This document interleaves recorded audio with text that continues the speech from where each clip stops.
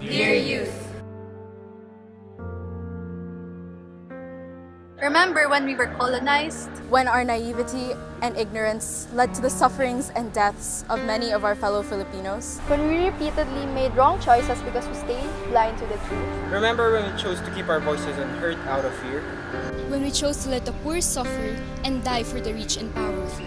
When we were repeatedly fed with broken promises by different leaders? Remember when our leaders turned out to be traitors of the nation? Remember how many innocent lives were taken while the wealthy were spared in the name of the war on drugs? Remember when plunderers were in jail, but now they're back in the Senate? How we were once led by a dictator, and now we're led by another. Remember how we allowed history to repeat itself? Remember how we have made the same mistakes? Now it's time to realize that the one thing that history has taught us is that we haven't learned anything yet. We must learn and start seeking the truth. We ask ourselves, what can we do for our country? How can our voices be heard? The answer is to exercise our right to vote and make it a must to vote wisely.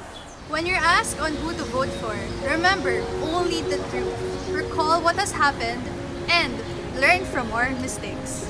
When Andres Bonifacio wrote Ang Dapat Mapatid ng Mga Tagalog, he stated that the Philippines fell for a ploy created by the Spaniards to rob us of our own country and to plunge us into a dark age. Because we put our faith in the hands of a group of vile individuals who won us over with fake promises of God, gold, and glory, we have suffered the cost greatly and lost both of ourselves and our freedom. Now that we are free to choose for ourselves, we must continue to reintroduce the Philippines to the age of the liwanag that Andres Bonifacio once dreamt of, by choosing the country's leaders wisely. But that day has yet to come.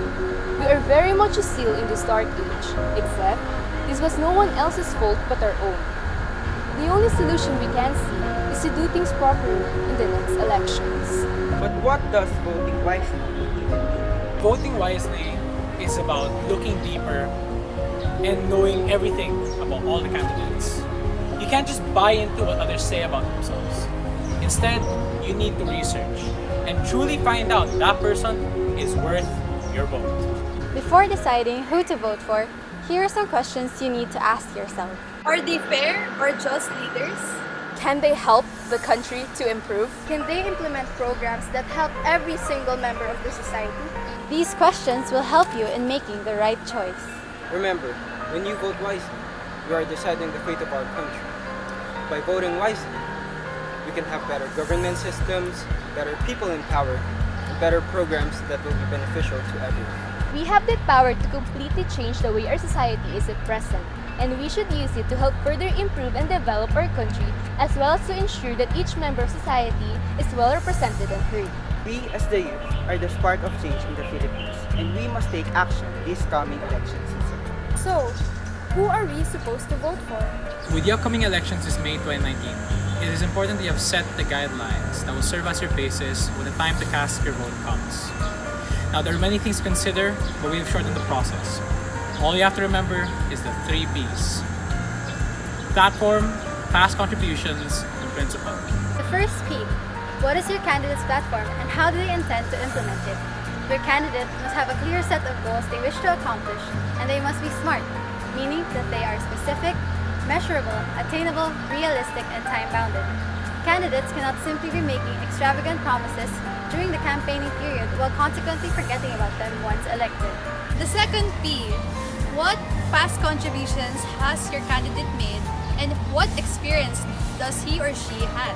Here, we will see how they work, what they accomplished, and at the same time, what have they done for society, and judge whether they can handle the responsibility. And the final P. What principles does your candidate hold? What does he or she stand for?